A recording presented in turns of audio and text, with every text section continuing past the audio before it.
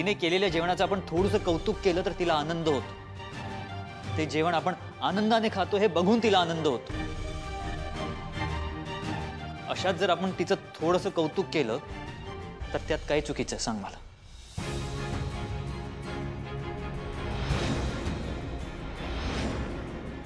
Let me tell you, निशी सारखी housewife घरी आहे म्हणून आपण बाहेर जाऊन आपलं काम नीट करू शकतो।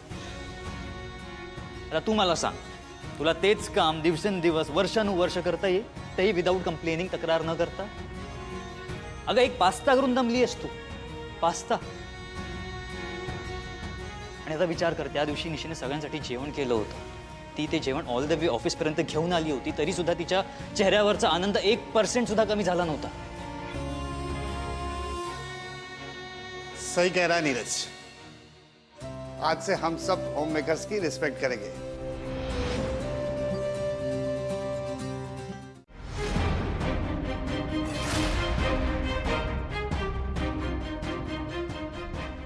पण आता तू जागा असताना मला सगळं तुझ्या तोंडून ऐकायचं आहे श्रीनिवास। प्लीज प्लीज मला सांग।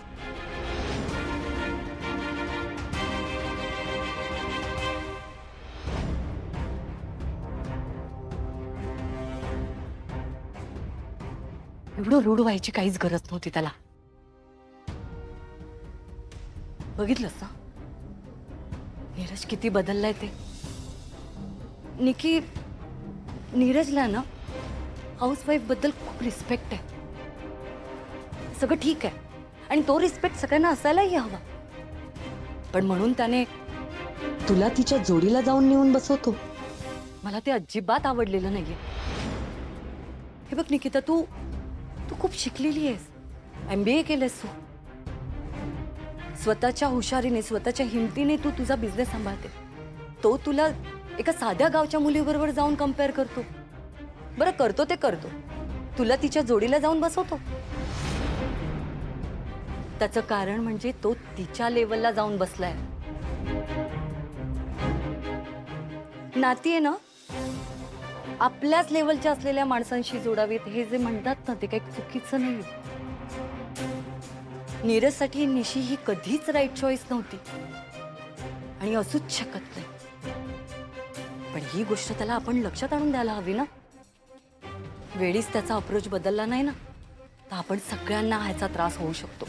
मी तुला काय सांगते हे समजते ना, आणि मी हे सगळं त्याच्या भल्यासाठी बोलते। आज एवढं काही घडलं, उद्या तो सगळ्यांना निशीवरून बोलेल, मग तेव्हा काय करणार आहोत आपण? तेव्हा आपल्या हातात काही नसणार। तरी मला डाऊट होताच की हे असंच पुढे काहीतरी घडेल।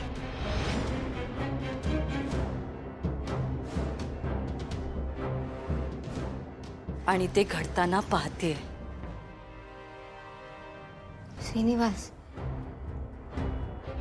हे बघ, मला खरंच कळत नाहीये की माझ्या हातून इतकी मोठी चूक कशी काय घडली।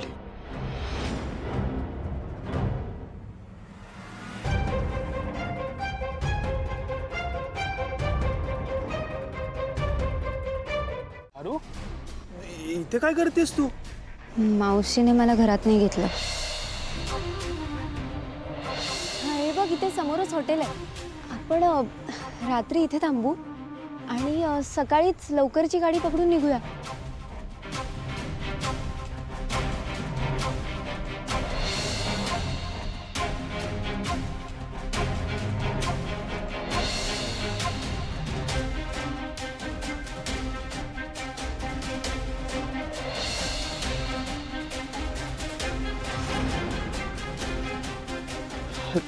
त्या दिवशी अचानक माझ्या मोबाईलवर ते फोटोज आले, मी आदरलो, माझ्या पायाखालची जमीनच सरकली मला। पण मी खरंच तुझी शपथ घेऊन सांगतो, पहिल्या दिवसापासून मला हे सगळं तुला सांगायचं होतं। मी तसा प्रयत्न सुद्धा केला,